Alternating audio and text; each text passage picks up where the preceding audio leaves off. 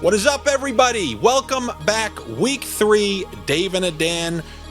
If you're back, I assume that you enjoyed the first 2 weeks. There are definitely parts of the first 2 weeks I enjoyed, but there were some parts I did not enjoy as much.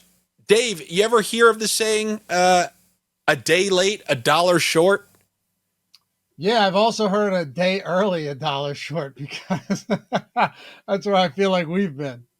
A week early, a dollar short, a sniff short, whatever you want to say. A week early, and pockets and bets were empty on many different instances. I'll let you kick off. It's a very frustrating feeling. I mean, it's week 1 too, so it's like it's a real solid sniff when you feel that you have the right read on something entering week 1. You essentially were correct, but you didn't see it materialize until the following week. Now, one thing I do understand, nobody likes listening to somebody talking about the missed hands and the missed this, and I could have won this, but this, like, nobody likes that. But I just do want to point out a couple different instances, and who knows, maybe these are things that we will look out again. I'll let Dave kick it off with the one that we both agreed upon and that we both laughed at in shame and disgust as we closed last week's episode. So why don't you tell us about a certain Patriots running back? Yeah, man. Happy week 3, and to you and everyone viewing as well. But I texted you. It's like probably 1:30, right? It's like 1:30 on Sunday. And like, do you see what Ramondre Stevenson's doing? And because there was all this talk about like, hey, they're going to change the backfield up. Everyone thought that meant Travion Henderson was going to get more work. No, it meant he was going to get less. Antonio Gibson was going to get more.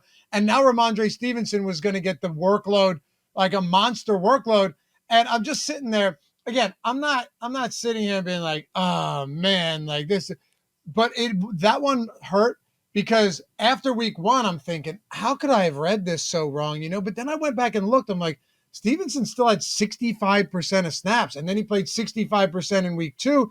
He led the team in carries and targets. So the overall, like, hey, being over the target, it was there. He is still the lead running back on this team, and it's my fault. It's both of our faults for not sticking to our guns and just going straight back to the well in week 2. Because believe it or not, you did mention, you said if you think the Dolphins are an absolute disgrace, you said then take some alts on Patriots running back. The work given to him, that was there week 1 when we lost the bet. I think a lot of the credit, as we saw on Monday Night Football as well, kind of goes to the Oakland run defense, who didn't give up much on the ground. Right. I mean, this is 2 games now where they've pretty much given up nothing on the ground. What did I say? Oakland. I still do it. I still do it too. Yeah. Well, the Las Vegas Raiders, their run defense has come through for them these first couple of weeks, but the Stevenson work is there. We'll see if that happens to shift. But he's not the only one, by the way. Travion Henderson, he's not the only running back, nor is he the only rookie who is struggling quite a bit. You had yourself quite a laugh at certain points last year, but now I'm coming in with my own laugh, and I know what you're probably going to say in response, but we have a lit. Did you take Ashton Genty?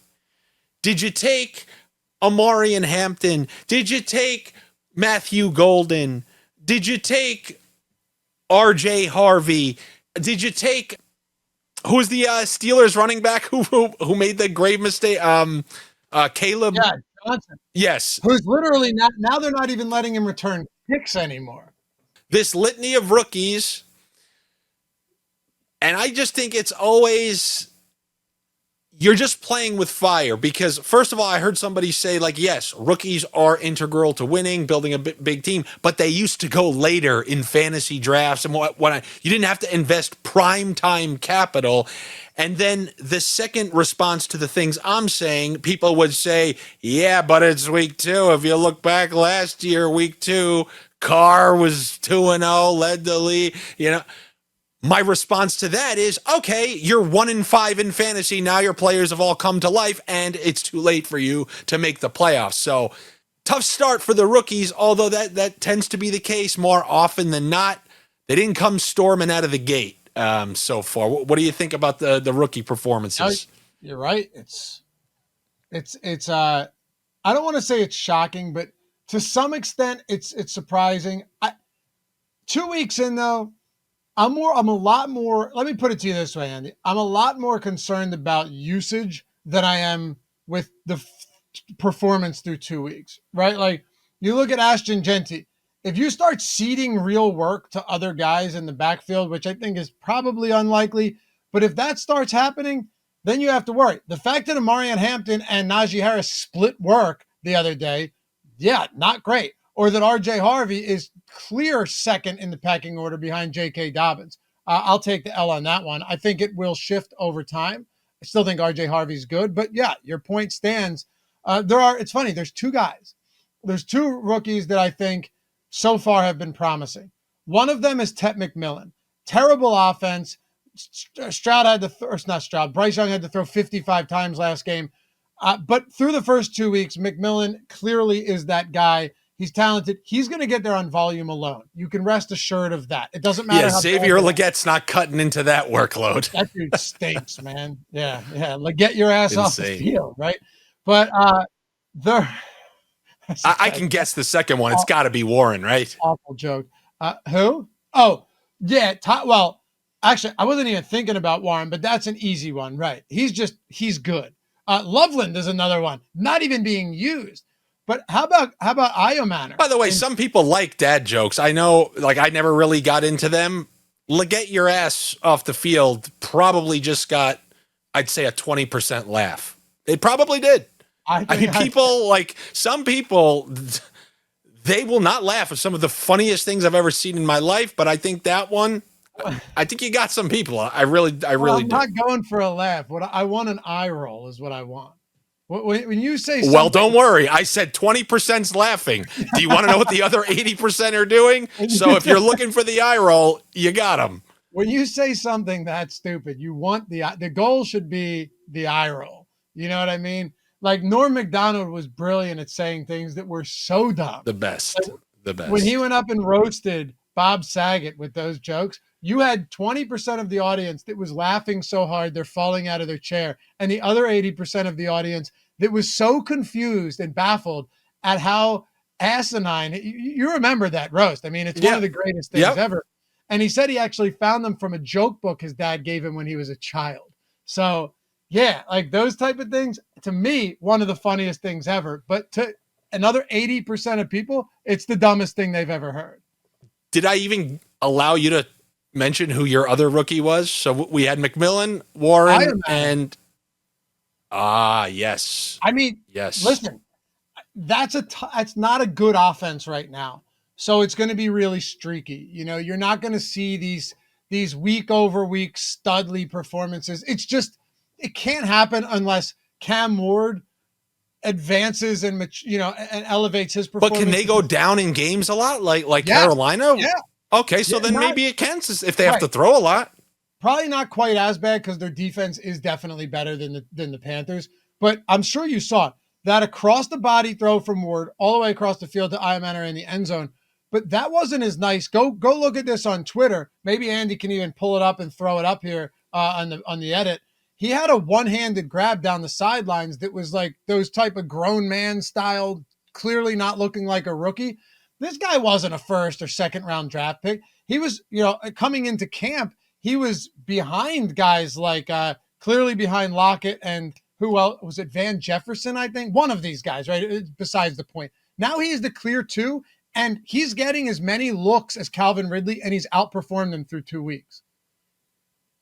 Could this be the Puka Nacua of this year? Weirdly enough, the only probably not because because he doesn't play with Stafford and in that system exactly. with ... the condensed target tree, which you made a point of talking about a couple weeks ago when I was just 1 week early on Devontae Adams, where I threw out the idea that he could see more targets in games than Puka Nacua, and he absolutely didn't. Ended with like 50 yards in week 1, a few yards short. Last week, what happens? He out-targets Puka Nacua, goes over 100, gets the touchdown, and it's exactly what I thought may have been the case. And like you predicted, you said, is this just going to be an absurd concentration of targets to these two guys? And from what I've seen since that point, after this weekend, if it stays remotely similar, they're going to crush the record for most targets going to like 2 players on a team. Do you want the numbers on it real quick? It'll take me a second. I want to know them because I don't have all of those stats.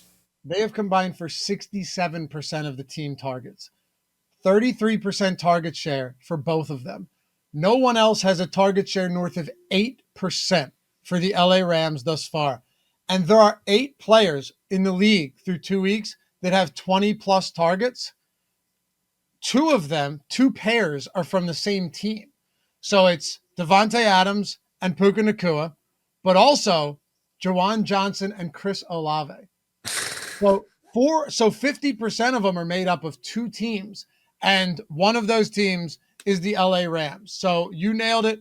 It's just it's tough with something like that. But week over week, these guys are going to command 67% of the targets are between 2 players.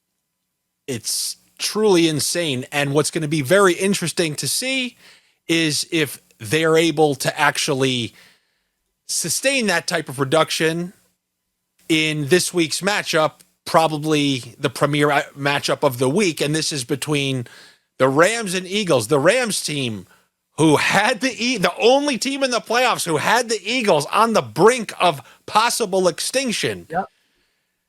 And now in a huge game, which is going to take place in Philly, they're coming in at 3.5-point underdogs. And I'll allow you to kind of kick things off when talking about this game, because you obviously are the resident Eagles fan, and I can say pretty confidently a non-blurry-eyed Eagles fan. If things aren't going well, you're happy to call it out. If they're playing well or you think something's overblown, you also will not panic. So how are you feeling about the Eagles in this home game after what I like to call a crusty win against the Kansas City Chiefs? They're going to have a lot of ugly wins. They're going to play ugly offense. You know, it's how they win football games. Not many teams can just go like 3rd and 2 with a tush push to like 3rd down is 2nd down for the Eagles, right? When you think about it, because they're going to 3rd and short, I should say, is just a 2nd down. They don't really care. And they're going to move the ball. It's ugly. I'll be the first to tell you it's a boring brand of football at times.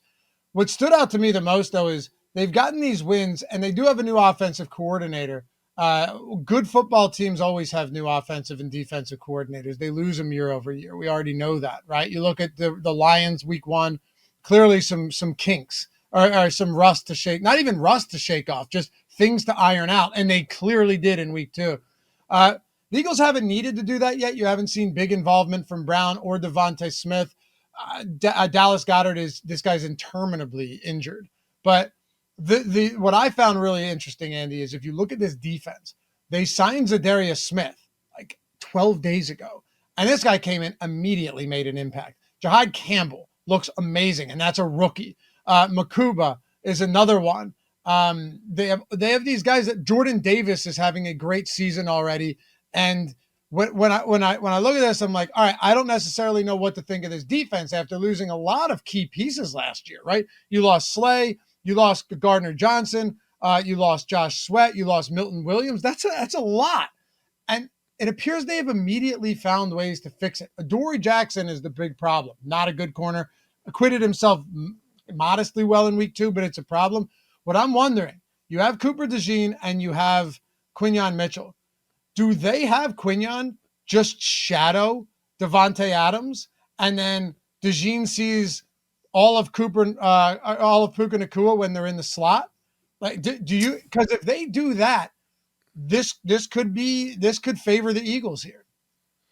So you kind of say that they lost a lot of pieces on defense, and then they just kind of seamlessly come into here. It does not look that way to me. No? with my monocle. I told you last week that the Cowboys were moving the ball. Well, Eagles, they were without their best defensive player on the line, but CeeDee Lamb was carving them up at will, and there was all the drops associated with them.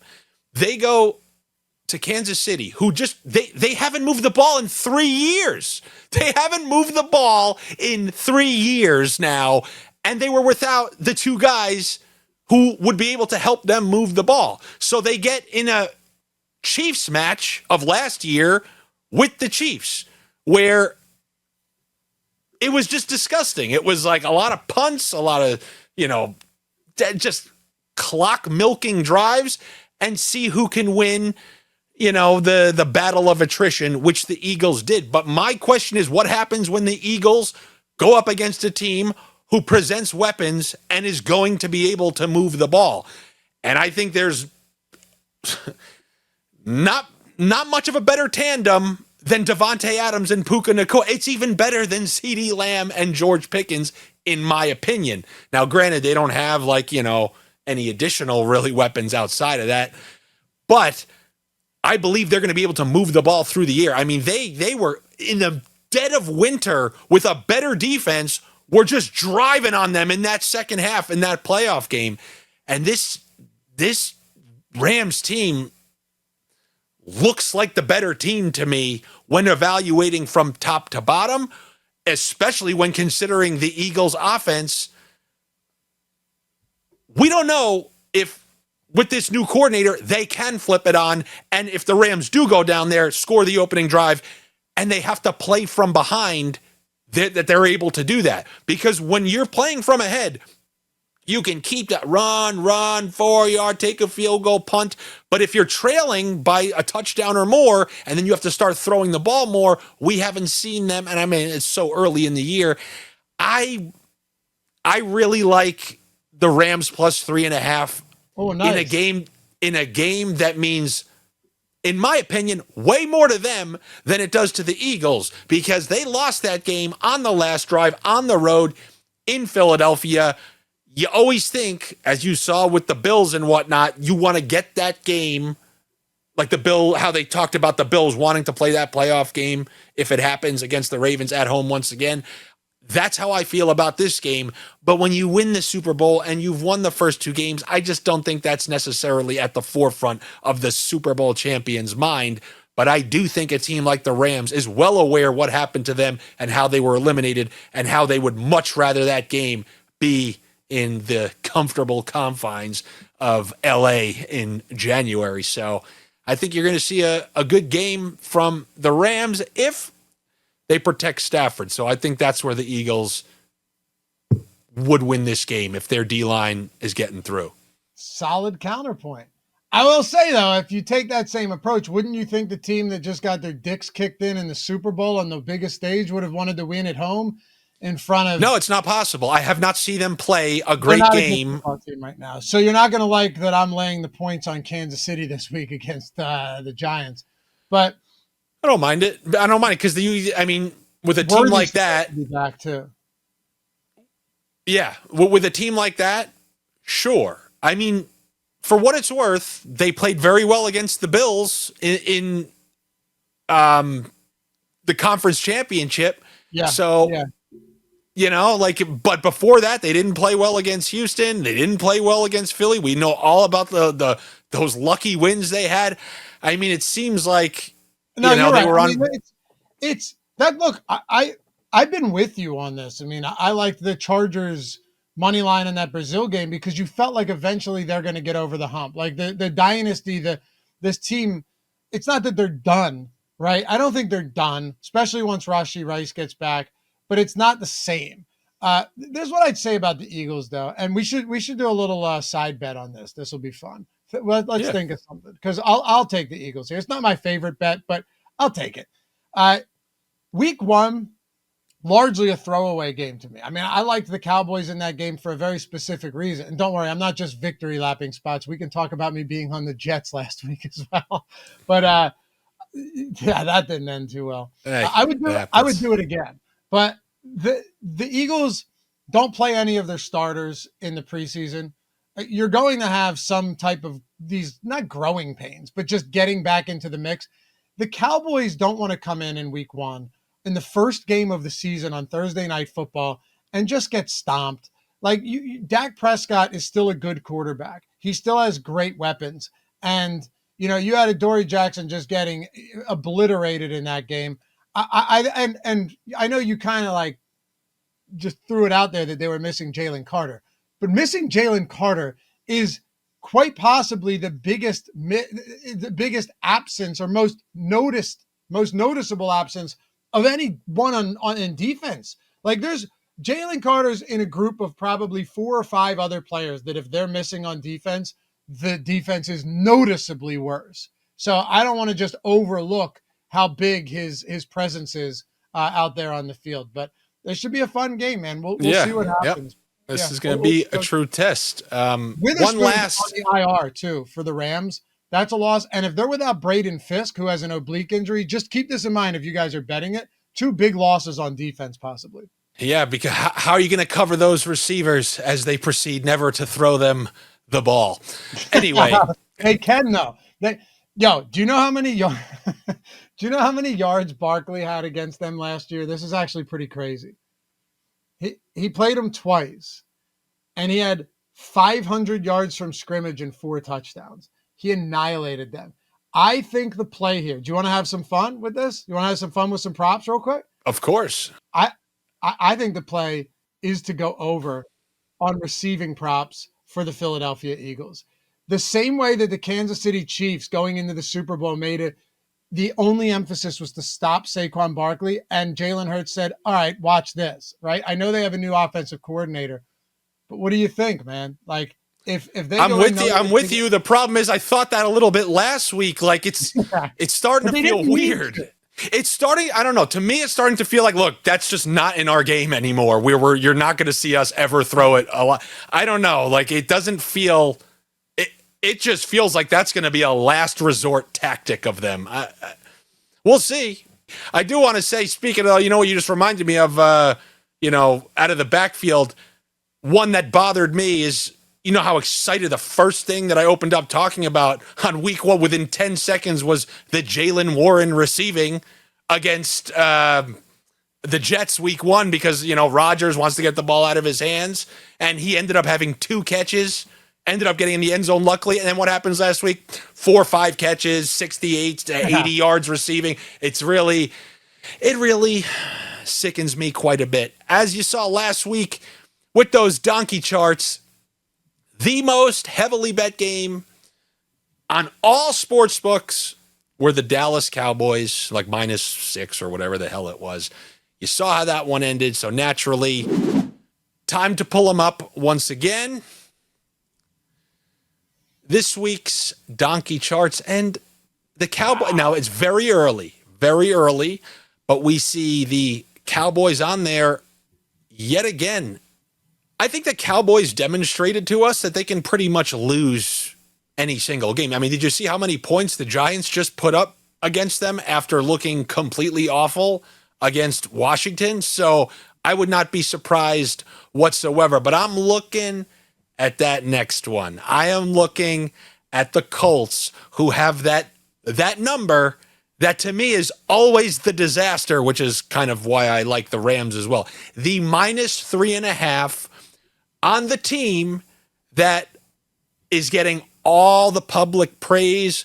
Everybody's talking about them. So much to the point, as I texted you,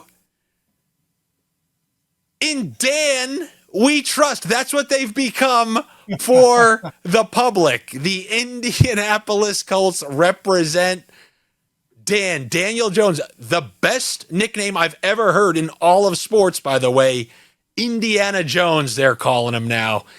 And 3.5 point favorites against Tennessee, who, hey, you're 1-1 against Tennessee because everybody bet against them week 1. Then there was that screw job with the Broncos. Then everyone took the Rams against them week 2, and they covered. But now it's week 3. They're home plus 3.5 point underdogs in division, which is something we always talk about. How are you feeling about Indiana Jones, in Dan we trust. In Dan, do you trust the 80% of Dans who are on the Colts here? Man, I love that we didn't even coordinate this, and this is the first game you bring up in the donkey charts because I do the picks for every game video over on the Odd Shopper channel. And by the way, appreciate all you guys who watch this who have come over and checked that out. And all of my bets free over on Tails too. Andy, I know you're always kind enough to throw that link down there. I We'll toss be them there up again. every single day.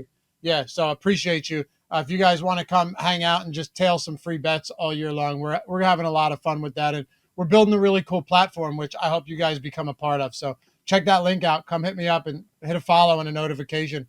I said this, I go, this feels like the trappiest line of the season. And I would kick myself. This is why I haven't bet this game yet. I'd absolutely kick myself if I bet the Indianapolis Colts at -3.5 and they didn't cover. Like, I think on principle, you know what? I think on principle, I have to bet the Titans here just because if I'm not on this game or I'm on the Colts, I will be. Here's a good way to put it to you. I will be more disappointed in myself for not betting this game and the Titans cover than betting the Titans and they don't cover. That's how fishy this line feels to me. This line is a king-size Nicholson rat. It so is, man. It is looking at you, the departed, gnawing, cheese-eating rat. I mean, it's got everything. It's got the number, the exact 3.5.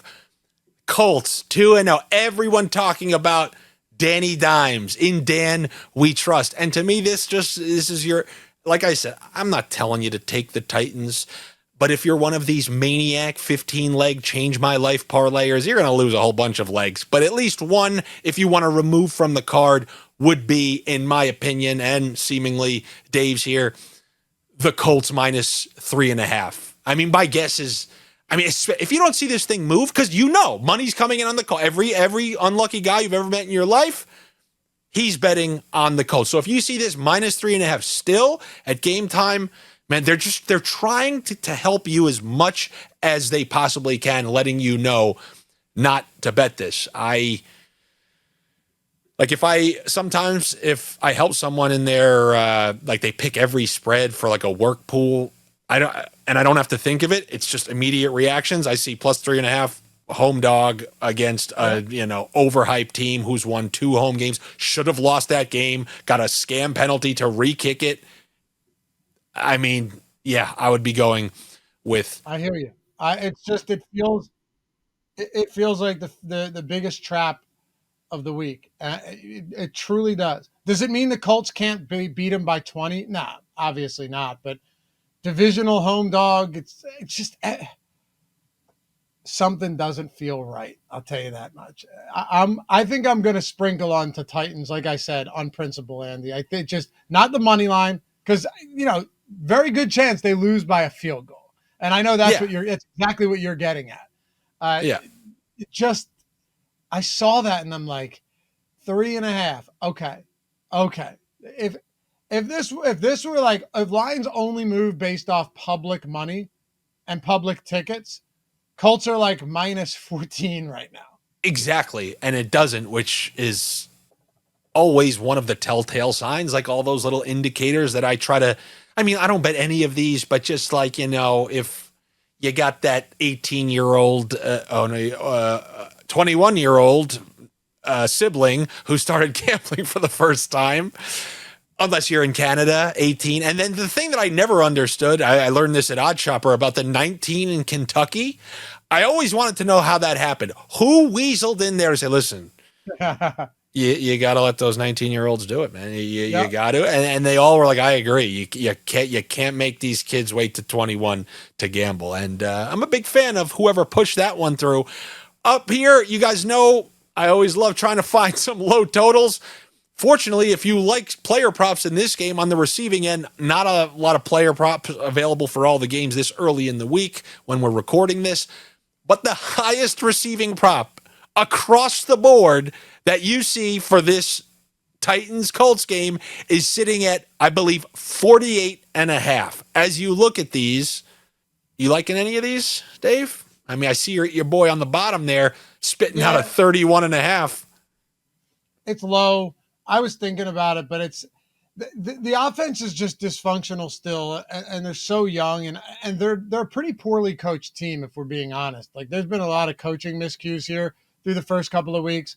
Uh, I like Io Manor in the sense of, hey, this kid might actually be good, but I don't really think I'm looking to hit the overs on his props this week. Even though we think that this 3.5 is weird, I probably stay away from it. The truth is, Andy, there's some spots where you look at it and you go, this team's underperforming, but the volume is there, and I wanna jump on it before it moves, and that's like your specialty. I know you do that all the time. In a spot like this, are they really underperforming, or are they just very simply not there yet? And I think there's a big difference between the two. This is one of the final weeks where Tony Pollard is going to just have this massive workload because Tajay Spears is on the IR. Really tough matchups, but against the Rams, he had like 19 carries for almost 100 yards, so it's not like he was doing nothing with them. I'm going to look. Yeah. I don't know what they are yet, but I'm going to look at some Tony Pollard props as we get. 70 last I looked was I think his rushing plus No. I think his rushing plus receiving was here. I'll tell you right now. Pull it up on the live odds tool over on Odds Shopper. By the way, good stuff. DraftKings, Fanduel, a bunch of other books just posted props. So yeah, 70.5 for Tony Pollard this week. That's on BetMGM. Well, I mean, the other ones are going to be right around there. Damn, that's pretty. Yeah, that's pretty high. That's pretty high when considering like James Cook's coming off a massive week opened up at like 61 against the Miami Dolphins, and to throw Pollard, who people aren't talking about like he's playing well, throw him at 70 is another indicator to me. So that's something to look at. And I don't like touchdown bets, but if I had to take one, I think he weasels into the end zone this weekend. Speaking of running backs and a game that I wanted to mention, I don't think this is one many people would think about. This is the Saints and the Seahawks. And the reason I want to bring this up is because I really think what I kind of talked about in that first episode, Kubiak running this run first, run second, run third, but we'll pass when we have to offense against a team like the Saints, who I really feel like people are going to gas up because of a couple of home games. They were able to move the ball a little bit. I think this is going to be a whole different scenario going to Seattle, whose defense has played very well, and we could be getting the Rattler that, I mean, that's an interesting nick. There's a Batman nickname in there somewhere. The Rattler, like he screws you on all your bets. Yeah. So the Rattler. You need to make an image. You need an image of that for sure. The Rattler, like the rat face with the jersey or something. Of course, especially when we talk about how many rats are, in the NFL on a week-to-week basis.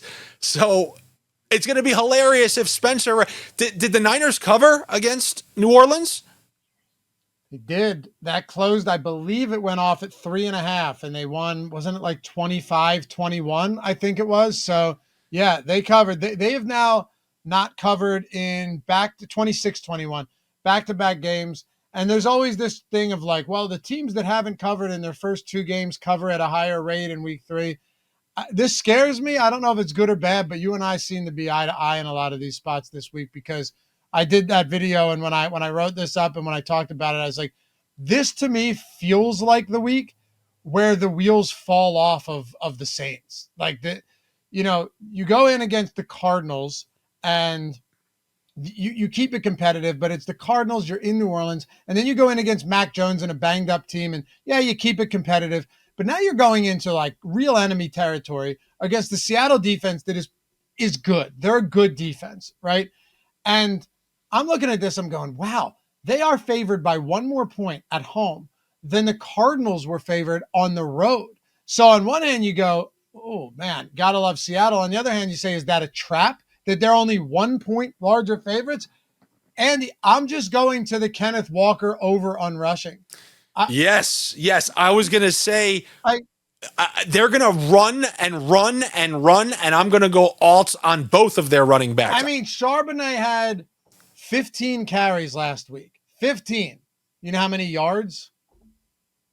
Yes, was very inefficient as he has been a couple of other years. But when you throw a beating, what we saw from Kubiak when they waxed the Cowboys early, they just run and run Yeah. and run, and then they do deep play actions every once in a while. But when they're beating you down, they just continue. I remember I was shocked at how many carries they were giving a smaller 29-year-old back at the time in Alvin Kamara. They gave him just carry after carry after carry, and it was completely unnecessary. I see the same exact thing. If they throw them a beating, man, I'm looking at some alts for those running backs. So let's see how they're going to find a way to screw me on this one. But I stick with my formulas. It's the same exact way I do things.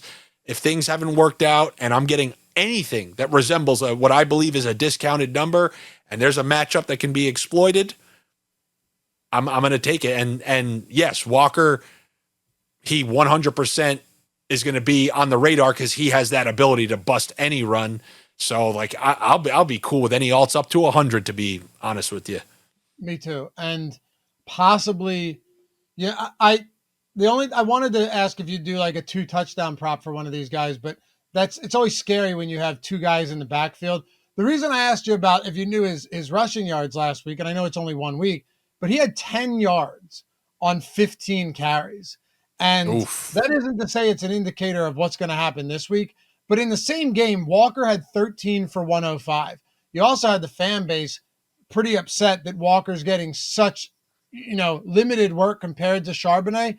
I'm not saying it's going to flip significantly, but I would be a little bit surprised if this week you did not see more work for Kenneth Walker and start seeing that skew back in the opposite direction. Because Charbonnet's not a bad back, and there's all this talk about in the training camp, like he's going to get more work than Walker. And you know what? So far that has materialized. I just can't get away from the fact, though, that Walker, when healthy, is a good back. And you have his prop this week. Last I looked, it was 53 and a half yards, 53 and a half rushing yards on Kenneth Walker. I mean, that's an absolute smash, and you see what happens. Like, he wasn't very effective the week before, but when you're talking about this Saints team, you're talking about a team that literally has a chance of being winless. I mean, probably not going to happen, but that's how bad they were considered to be coming into this season. And yeah, the wheels can fully fall off on the road. I guess we will see, because Kellen Moore has been doing, compared to what I thought they wouldn't even be able to complete a pass like last year, the way. Yeah, right. The Chiefs, you feel comfortable taking them -6 against the Giants? Yeah, I wanted 5.5. I actually posted this on Sunday night or Monday morning over on Tails at 5.5. That number is significant, but I feel like it's more significant with the Chiefs. Always the type of team that once you get past that 6, we talked about it. Remember, almost every show last year when they were the sizable favorites, we would just bet the other side. Chiefs -7, take the other side. Chiefs -6.5, take the other side, and it worked. I just think, man, like you look at Russell Wilson. Does this guy? Another thing. This actually shows that the field.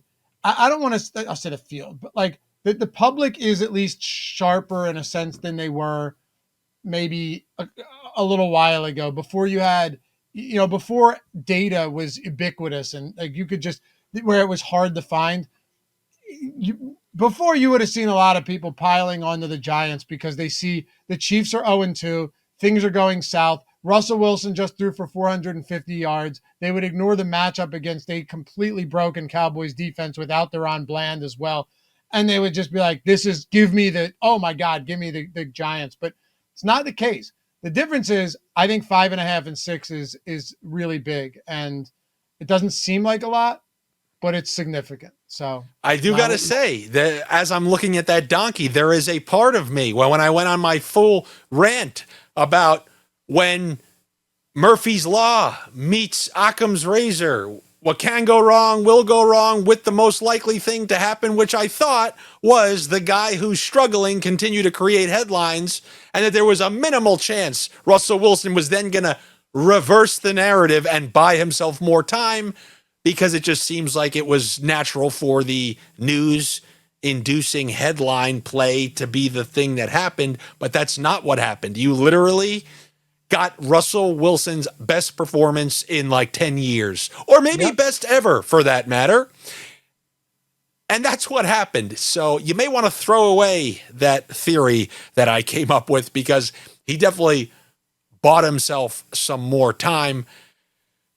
I don't know where to go with the Chiefs. One thing that I do want to say is, like you, I do think they are going to be just fine once they have the full complement of weapons. When they have Worthy back and, you know, a couple of weeks and he knows how to play with that shoulder a little bit, and then they add Rice and Brown is still playing, and then Kelsey is just some third or fourth option, I think they'll be just fine. Just this first immediate stretch seems like they're going to have to eke out some crusty wins, and looking at their schedule, it's not going to be easy after this week, but we will see how it goes. They may even find a tough one out of this weekend.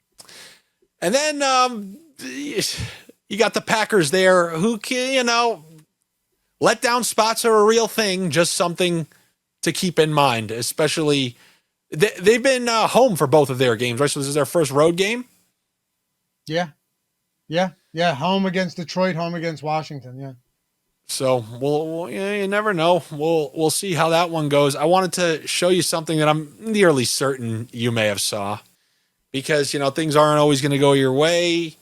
I was a week early, a sniff short, just missing out on some. I idiotically didn't factor in game script and the fact that Carolina has even though he doesn't shadow, has one of the best corners in the league, and just haphazardly threw out Marvin Harrison because I just couldn't stop myself after the preseason hype.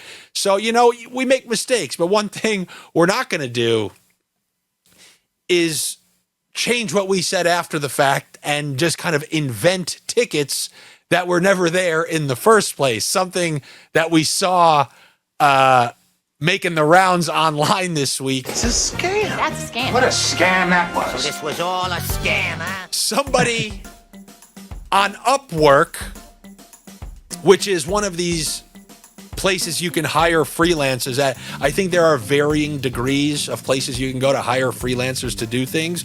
There are places like Upwork, where I guess it's closer to the legitimate side.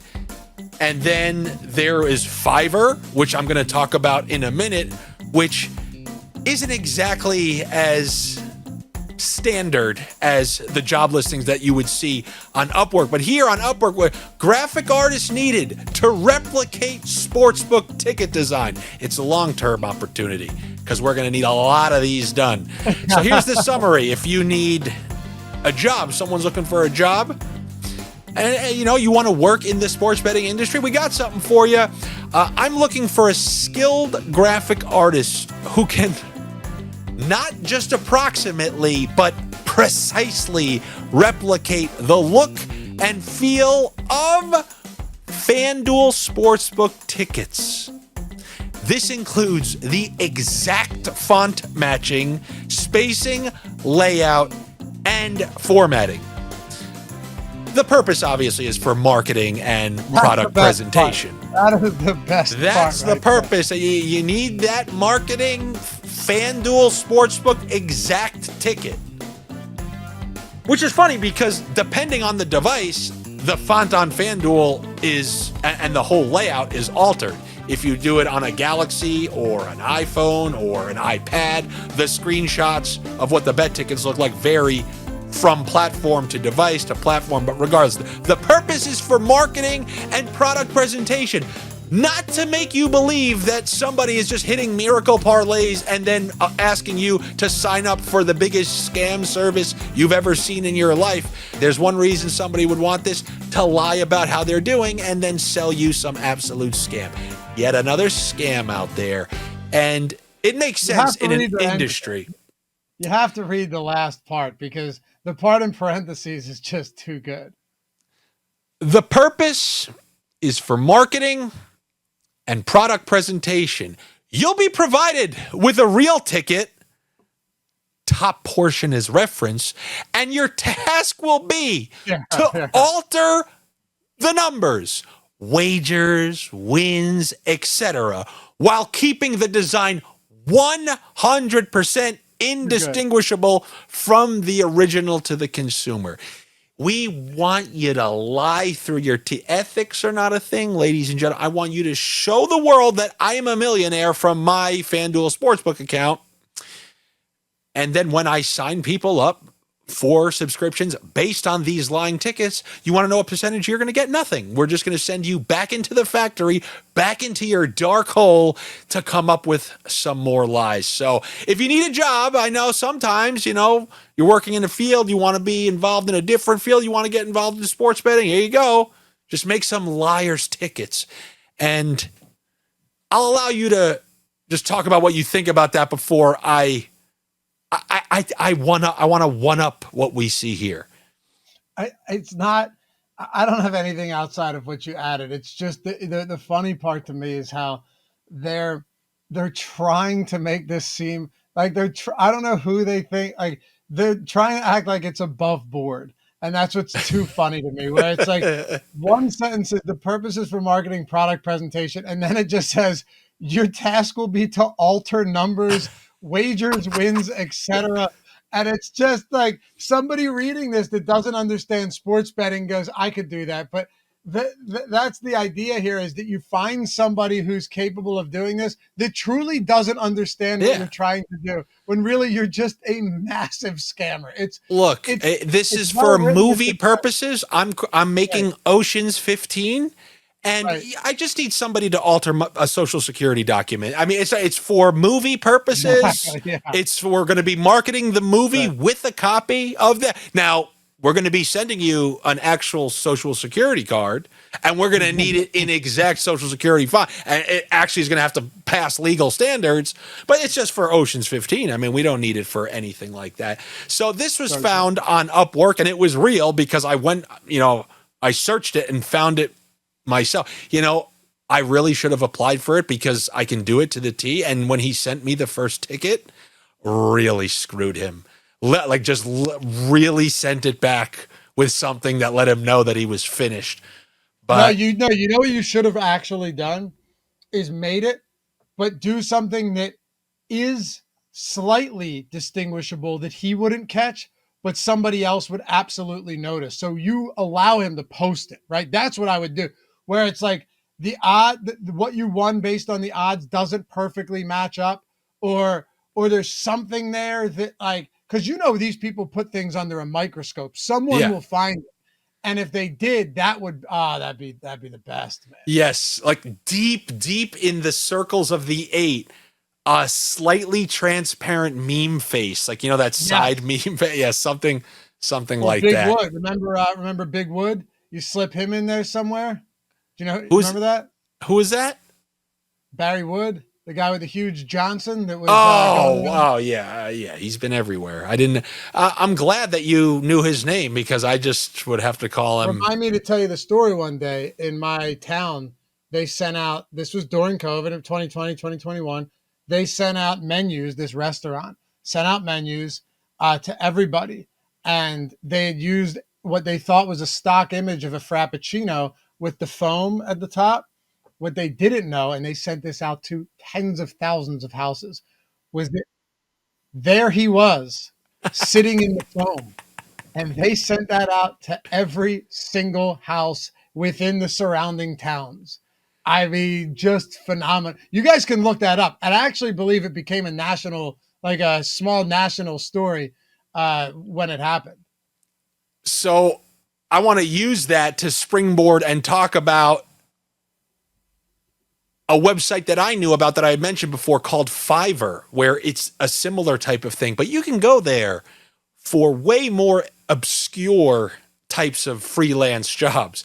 Dave, I'm talking about you could hire a witch to cast a spell, an actual spell on someone. That was you could literally type, and it gave you witches to choose from. So who knows? Maybe you got the woman from Weapons on there, and you may have got some use out of it, but you could ask people in random countries to deliver messages for you. Like, you could ask somebody to break up with your girlfriend via video message. Somebody would write anything that you wanted on a sign. How much do you think it would cost to have a woman cast a spell on somebody for you? $5. I believe the soft spell was like $5, but if you wanted the deep one, it was $25. So if you wanted it to work. I know if you wanted someone to fall in love with you, that was like $100. You really had to pay for that one. But I made a payment on there. Years ago, I didn't give out picks or anything like that, but there was somebody at my job who really liked the Giants. So I guess I'll let the video do some speaking. Actually, Dave, why don't you, if you don't mind, narrate what you're seeing? All right. I see some. I gotta be careful. I see a fella in the forest with a. I see a fella with it appears to be a letter of sorts that he pulled out of a yellow container, and some type of farming equipment where it appears to be, pulling up earth in the jungle. So we got essentially someone whose job listing was that he will dig up a message as if it was like treasure found somewhere to relay a message to somebody. And I wanted this guy to let my friend at work, the big Giants fan, know. Giants money line plus 235.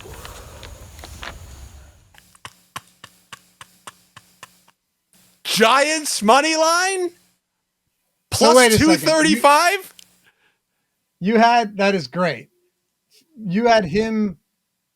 Did you have him write that out and then he digs it, like he puts it there and then he digs it up? Yes, you write the message that you want dug up and found as treasure that he is then going to relay to you and whoever this video message is actually for. So I just put in the thing, Giants money line, because the kid at work always used to come in and say like, oh, this week, Giants money line. So I had this guy send a video, Giants money line plus 235, and he just says plus 235. Dude, the best part about this is that he originally tried to do it on the other side with pen. Go back to that freeze frame there at the end. He very clearly tried to do this with pen. Hold on. I think he gets closer. Hold on. Keep it going. Already there. Look. He did it on the other side. Didn't even get a new piece of paper. Look, and he forgot the S on Giants, right? He wrote it in pen on the. You could clearly see the parentheses, the plus 235, and he said that doesn't look good. Let me get paint and flip around the same piece of paper and then write it bigger. I've had this for years and never saw that. Yeah. Because I've never gone full screen like this. It's only been on my phone, so I never took the time to zoom in like that. Even he knew how shitty that looked. This is the type of thing that you can go get on Fiverr. And I mean, I don't know if they changed the policies, but I really got a kick out of that one. So with that said, Giants money line plus 335. What is it this week? No, we know you're on KC, but I just wanted to show you that on the way out here. Dave, week 3 in the books. Always a pleasure.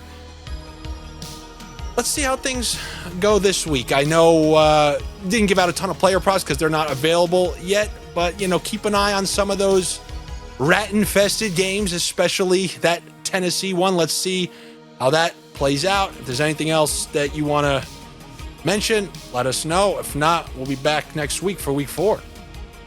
No, I mean, I know everyone can find all of your props, which I assume you'll have a video probably, but also in the Patreon.